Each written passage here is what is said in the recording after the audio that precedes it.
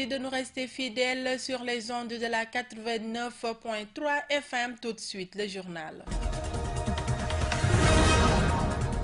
Le processus d'autonomisation de l'université Assane Seck de Ziguinchor prend une nouvelle dimension. L'institution vient en effet de prendre son indépendance sociale avec l'installation du nouveau directeur du Centre des œuvres universitaires de Ziguinchor. La désaffection des écoles Jean Kandé et Ibou Kamara commence à inquiéter sérieusement à Ziguinchor. Face à ce destin tragique, Abdoulaye Baldé propose de jumeler les deux établissements pour éviter la disparition de ces temples de la formation. L'actualité internationale et la revue de la presse mettront fin à ce journal. Le développement, c'est juste après ceci. Bienvenue dans cette principale édition présentée par Rokhaya Bey et mise en onde par Mahfous Kouyaté. Le docteur Mamadou Djombera a été installé directeur du Centre régional des œuvres universitaires et sociales de Ziguinchor.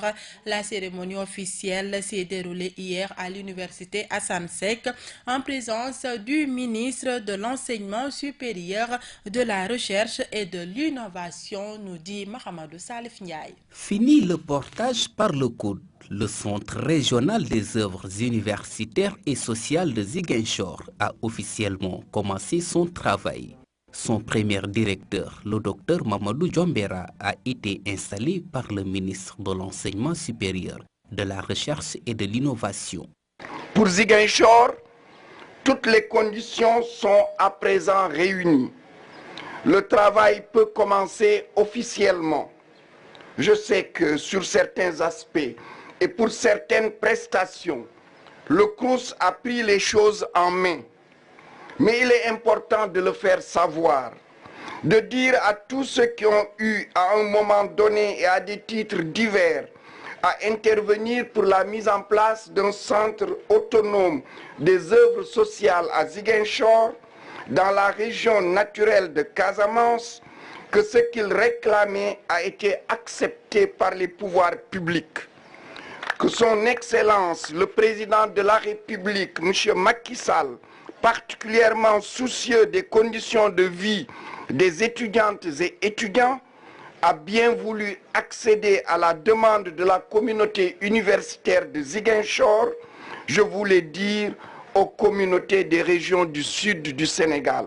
Quant au nouveau directeur, il s'engage à mener à bien les tâches qui lui sont assignées. Je mesure grandement vos attentes légitimes pour la prise en charge des conditions sociales liées à l'hébergement, à la restauration, au médical et à l'animation culturelle. Je l'ai rappelé tantôt. La satisfaction de ces préoccupations d'ordre social est une exigence de service public. Dans un monde où aujourd'hui on parle de plus en plus de clientèle et non de bénéficiaires en ce qui concerne les services rendus par l'administration.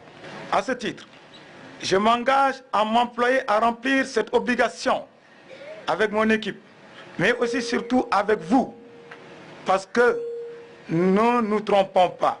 De votre comportement, de votre engagement, tout simplement dépendront aussi largement les résultats que nous atteindrons. Les défis sont grands, mais non insurmontables. Il faudra seulement de la patience. Le Centre régional des œuvres universitaires sociales de Ziguinchor est un bébé. Et il faudra l'aider à grandir, parce qu'il va de l'intérêt de l'université Assane Seck de Ziguinchor. Le combat pour l'autonomisation des œuvres sociales de l'université Assane Seck de Ziguinchor a longtemps été porté par les étudiants ainsi que l'ensemble des acteurs de cette institution sortie de l'orbite en 2007 et qui a réussi à se frayer un passage parmi les universités d'excellence de notre pays.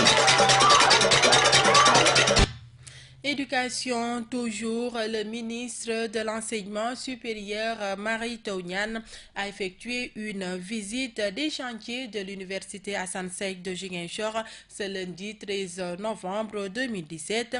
Une visite lors de laquelle le ministre a montré toute sa satisfaction par rapport à l'état d'avancement des travaux d'extension de l'université. C'est un reportage de Sissa Okoli.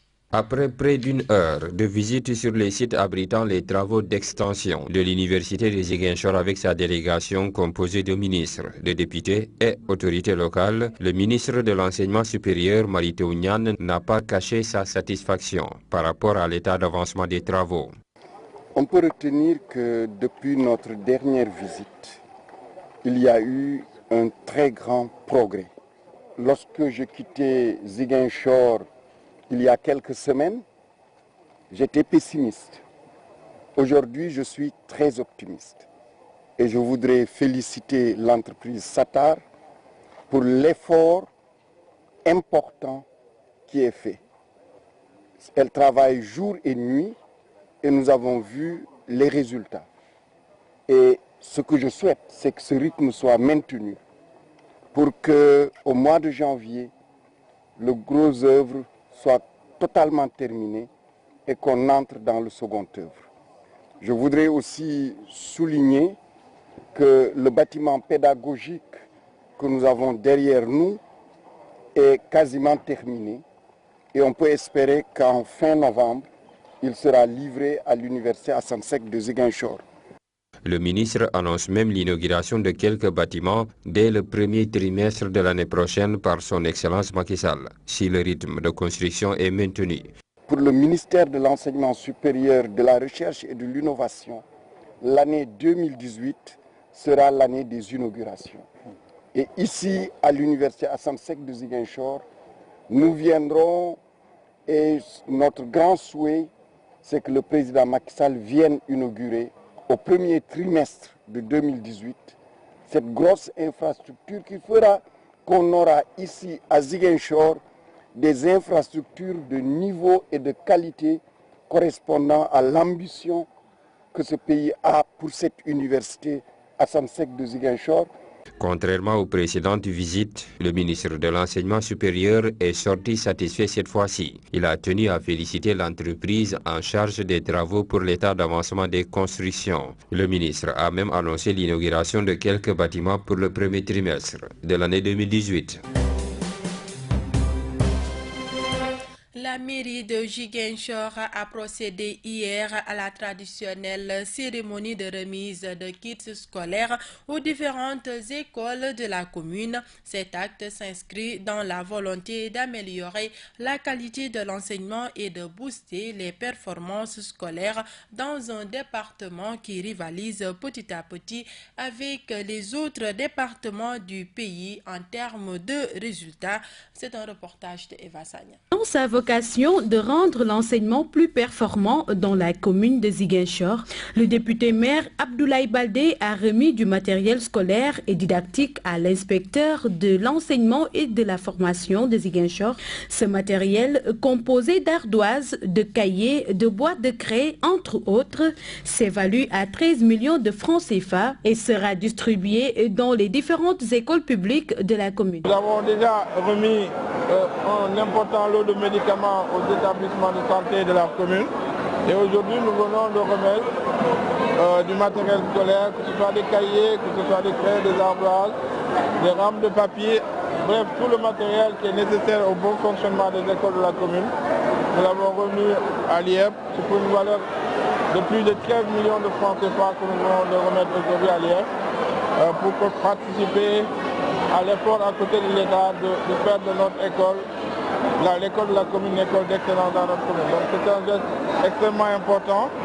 C'est une action importante que nous le faisons avec beaucoup de fierté. Cet acte traduit la sollicitude du maire et vient à nouveau réitérer l'engagement pris par la commune de Ziguinchor, à savoir l'accompagnement du système éducatif, ce qui sans doute réconforte l'IEF de Ziguinchor qui, depuis 3 ans déjà, assiste au même rite. Donc c'est un geste qui vient à point nommé, parce que nous sommes en début d'année. Nous savons que généralement l'achat de fournitures pose problème aux parents et que donc il est important que dès l'entame de l'année scolaire, que les élèves aient à leur disposition ces fournitures-là. C'est ce qui a été fait et nous saluons ce geste du maire de la commune qui appuie l'éducation, qui soutient toutes nos initiatives et cela s'est reflété en tout cas dans les résultats au cours de ces dernières années. Cet acte de la commune s'inscrit dans cette volonté de booster les performances scolaires dans un département qui commence à rivaliser avec les meilleurs en termes de résultats scolaires. Restons toujours dans le domaine de l'éducation à l'occasion de la cérémonie de remise de matériel scolaire et didactique à l'inspecteur de l'enseignement et de la formation de Ziguinchor. Abdoulaye Baldé a émis l'idée de jumeler les écoles Jean Kandé et Ibou Kamara pour permettre aux enfants d'étudier dans de bonnes conditions. Ces deux établissements sont depuis plusieurs années en état de délabrement avancé, ce qui impacte le taux de fréquentation dans ces deux écoles, témoin de l'éclosion intellectuelle en Casamance. Abdoulaye Baldé s'en explique au micro de Eva Sagna. Je pense que l'IEF l'a si bien souligné. Depuis une année, nous sommes en train de mener une réflexion. Entre l'école Ibou Kamara et Jean Kandé, nous allons supprimer une de ces écoles pour mettre davantage l'accent sur une des écoles. Parce que d'abord, le taux de fréquentation d'une des écoles, je pense que c'est Ibou Kandé est très faible. Ibou Kamara, je pense que c'est très faible. Donc nous allons faire de telle sorte que une des écoles, celle de Jean Kandé, soit réhabilitée, mise dans des conditions efficientes pour permettre aux élèves d'aller dans une école qui est saine, mais dans une école qui est fréquentable. En cela, nous allons compter sur nos moyens propres, mais aussi les moyens de la coopération décentralisée, parce que nous avons la ville de Trémont qui va nous construire des murs pour les écoles, mais aussi des salles de classe. Donc avec l'IEF, nous allons continuer la réflexion et prendre la décision le plus rapidement possible. Je pense qu'il y a urgence à ce que ces deux écoles soient jumelées et que tous nos efforts puissent converger vers cette école pour en faire une école d'excellence et où les enfants vont étudier dans d'excellentes conditions. Les enseignants responsables des cellules d'animation pédagogique à l'IEF de Bignona 1 bénéficient d'un renforcement de capacité à l'occasion d'un atelier de 2 jours qui prend fin ce mardi et qui entre dans le cadre de la composante 2 du PAEPCA. C'est un reportage de Lamine Badiane. Le projet d'amélioration de l'éducation de base en Casamance est déterminé à relever le niveau des enseignements apprentissage en français et mathématiques et depuis son démarrage, les résultats obtenus sont très satisfaisants. Inspecteur Aboubakar Ibrahim Bouyk, point focal du PAEPCA à l'IEF de Bignona 1. Un test nous avait permis de sélectionner 1000 enseignants pour les deux académies, Académie de Ziguinchor et de Sédhiou. On a commencé par ce qu'on appelle le TNF, test national, pour enseigner le ou en français. Maintenant, ce TNF est un dispositif qui commence par tester d'abord le niveau de l'enseignant, ensuite lui soumettre des modules qui vont l'accompagner à rehausser un peu son niveau. Maintenant, si nous comparons le pré-test et le post-test, on a été vraiment très satisfait dans l'ensemble. Parce qu'il y a des enseignants qui ont quitté un niveau très bas, un niveau infra, pour aller à un niveau, à une échelle 3. Pour dire que maintenant, ils sont aptes à enseigner le français. Dans le cadre de la composante 2 du PAEPCA, les responsables des cellules d'animation pédagogique de l'élémentaire et du moyen de l'IEF de Bignona 1 se renforcent en capacité à l'occasion d'un atelier de 2 jours qui a démarré lundi. Inspecteur Ibrahim Diagne, coordinateur de la composante 2 du PAEPCA. Nous avons élaboré des modules en mathématiques et en lecture et c'est ça aujourd'hui qu'on est en train de dérouler à l'endroit des responsables de cellules d'animation pédagogique. Oui, l'entrée c'est libre parce que quand vous prenez le système éducatif, il y a la formation initiale dans les écoles et instituts, il y a aussi la formation continue et dans notre système éducatif, les cellules d'animation pédagogique sont les lieux ou les cadres où se déroule la formation continue. Pendant ces 2 jours, les enseignants prennent possession des nouveaux modules conçus pour consolider les acquis à travers les cellules d'animation pédagogique et culturelle GMS Bignona. Lamine Badiane. Restons toujours dans le département de Bignona. Le point focal du PAEPCA à l'IF de Bignona 1 revient sur l'objet de l'atelier de renforcement de capacité des responsables de cellules d'animation pédagogique, l'inspecteur Aboubakar Ibrahim Mbouch, que nous écoutons toujours au micro de Lamine Badiane. Le projet a démarré depuis 2014 et avec 3 composantes bien différentes. La première composante, c'était surtout les infrastructures. Certaines écoles auront des murs de clôture, d'autres des salles de classe. Même, je peux même citer un exemple, Tobor par exemple. Le CM de Tobor 2 doit bénéficier de 9 salles de classe, plus des blocs sanitaires et tout ça. Donc, vraiment, la première composante est essentielle. Pour ce qui est de la deuxième composante, c'est surtout sur le volet pédagogique. Maintenant, dans ce volet également, le projet a beaucoup fait. L'atelier d'aujourd'hui s'inscrit également dans cette composante 2. Parce que l'année dernière déjà, en fin d'année, on avait diffusé du matériel informatique dans les écoles et les établissements. Cette année, on s'est dit c'est bon de donner du matériel, mais également, si vous ne donnez pas les moyens pour une utilisation efficiente de ce matériel-là, l'objectif peut être dévoyé. C'est dans ce sens que le PAEPCA est venu aujourd'hui pour mettre à la disposition de ces enseignants-là les ressources numériques. Et c'est surtout des modules de renforcement de capacité. Présentement, donc, nous allons leur remettre des modules en lecture-compréhension, mais également des modules en mathématiques. Et maintenant, quel est l'intérêt de diffuser ces modules-là? Parce qu'en général, les cellules, tous les enseignants savent ce que je veux dire. Les cellules d'habitude, c'était sous forme de procès. Tu faisais une prestation que tu soumettais à tes collègues qui vont critiquer. D'ailleurs, on parlait même de critique. Le PAEPCA veut rénover. Cette fois-ci, on s'est dit, la critique a prévalu et a montré ses limites. Tout le monde sait qu'elle n'est pas productive. Maintenant, c'est pour cela que le PAEPCA leur propose des grilles d'analyse de leçons. Des grilles maintenant qui demandent à l'enseignant de relever des indices qui montrent que la leçon gagne en qualité ou la leçon pêche quelque part. L'actualité internationale de ce mardi 14 novembre 2017 nous mène au Sénégal, en Afrique du Sud et en Italie. Synthèse de Sonkaro Tamba. À l'ouverture de la 4e édition du Forum de Dakar sur la paix et la sécurité en Afrique, des chefs d'État africains ont appelé lundi 14 novembre à aider leur État à assurer leur propre sécurité, y compris par une adaptation des interventions internationales aux réalités locales. La réponse militaire doit être solidaire et globale pour ne laisser aucun sanctuaire aux groupes terroristes, a notamment déclaré le président sénégalais Macky Sall, en présence de ses homologues rwandais Paul Kagame et malien Ibrahim Boubacar Keïta et de la ministre française des Armées Florence Parly.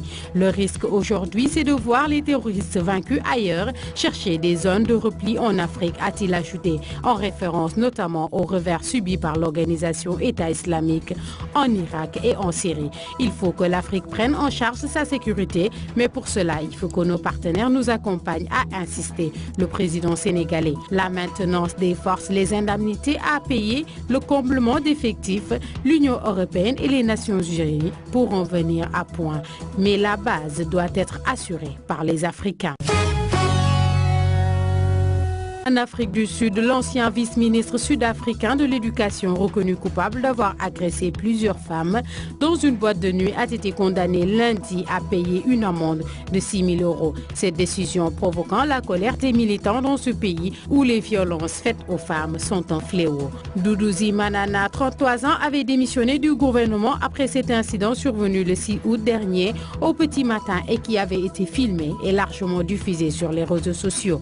Il avait plaidé coupable devant un tribunal de Johannesburg et reconnu avoir frappé à coups de pied et de poing 3 femmes après qu'elles eurent affirmé qu'il était homosexuel. Cela sera sans Buffon qui ne deviendra pas le premier joueur à disputer 6 Coupes du Monde. Sans les promesses insignes, Balotelli ou Verratti, l'Italie n'a pas réussi à battre la Suède lundi en barrage retour à Milan, 0 partout, et elle ne jouera pas le mondial l'été prochain en Russie. Du jamais vu depuis 1958 en Suède, le ticket revient donc à la Suède qui, sans Ibrahimovic et ayant fait extrêmement peu en 180 minutes, retrouve la Coupe du Monde pour la première fois depuis 2006 à la faveur de sa victoire 1-0 de l'aller. C'est tout pour 13h30, tout de suite le rappel des titres. Le processus d'autonomisation de l'université Assane Seck de Ziguinchor prend une nouvelle dimension. L'institution vient en effet de prendre son indépendance sociale avec l'installation du nouveau directeur du Centre des œuvres universitaires de Ziguinchor. La désaffection des écoles Jean Kandé et Ibou Kamara commence à inquiéter sérieusement à Ziguinchor.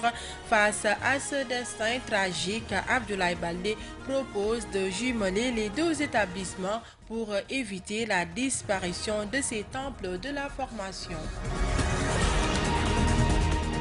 L'actualité internationale et la revue de la presse ont mis fin à ce journal présenté par Rokhaya Bey, réalisé par Papo Mané et mis en onde par Mahfouza Kouyaté.